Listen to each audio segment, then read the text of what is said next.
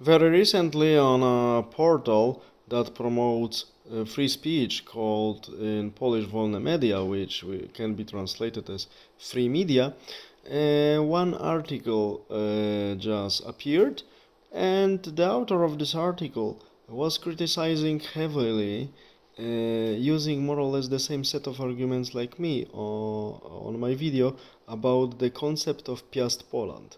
And the author of the article really very nicely argumented against this concept that Piast Poland was itself, historically Piast Poland had to expand and struggle with neighbors because it was not the largest and the strongest country, so it was always under the threat of being dependent on, in best case, dependent on the stronger neighbors, or at the at the end conquered by the stronger neighbors, like it happened to our brothers and sisters on the other side of the other river. I mean, the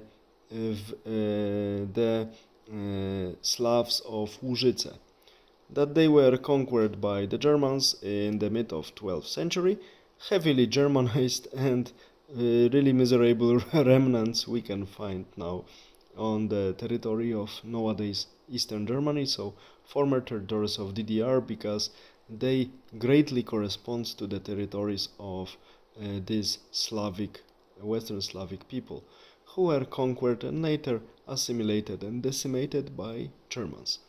So Piast Poland, to avoid such cruel fate, had to expand and struggle mercilessly with the neighbors. Poland was powerful state, actually Polish-Lithuanian Commonwealth, to be in agreement with historical fact, when it was huge. But when you are huge, you are multinational, multi-religious, and so on, which is not a problem if you know how to manage this. But the followers of the concept of Piast Poland really cherish monoethnicity, mono-religious character, and so on. Yeah, but such things you can preserve, also not so easily, but you can, on a small territory and with relatively not big population. When you are small, you are in danger of being dependent on your aggressive larger neighbors. And this article on the portal Free Media really nicely argumented against the concept of Piast Poland. And this what really attracted my attention were comments appearing under this article, because I'm really shocked and concerned about the intellectual conditions of many Polish people on the more or less right side of the spectrum, or more or less on the nationalist side of the spectrum, which, what I proved in one of my videos, doesn't necessarily need to be right. It's more left-wing, nationalist group of people.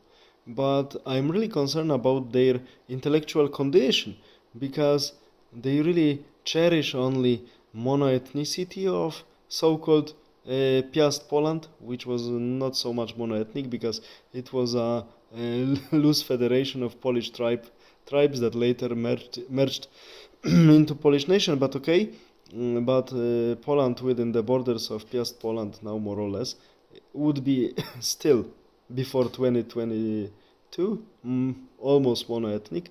They cherish only monoethnic and almost monoreligious character of this state, but they don't see that in such shape, size, population, territory, and so on, we are perfect candidate to be a vassal state of Germany or Russia, so stronger neighbors. And we de facto are sort of a German-Russian condominium, now with a lot of influence of Anglo-Saxons, mainly Americans, a little bit British. Our foreign Minister of Foreign Affairs, Władysław Sikorski, is really pro-British, and we have also some Israeli influences.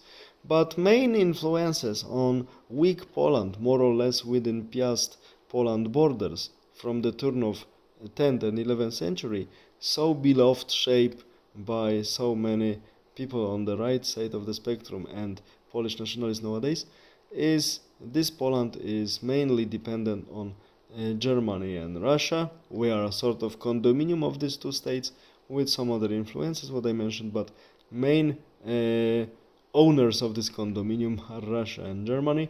and we cannot have our independent politics.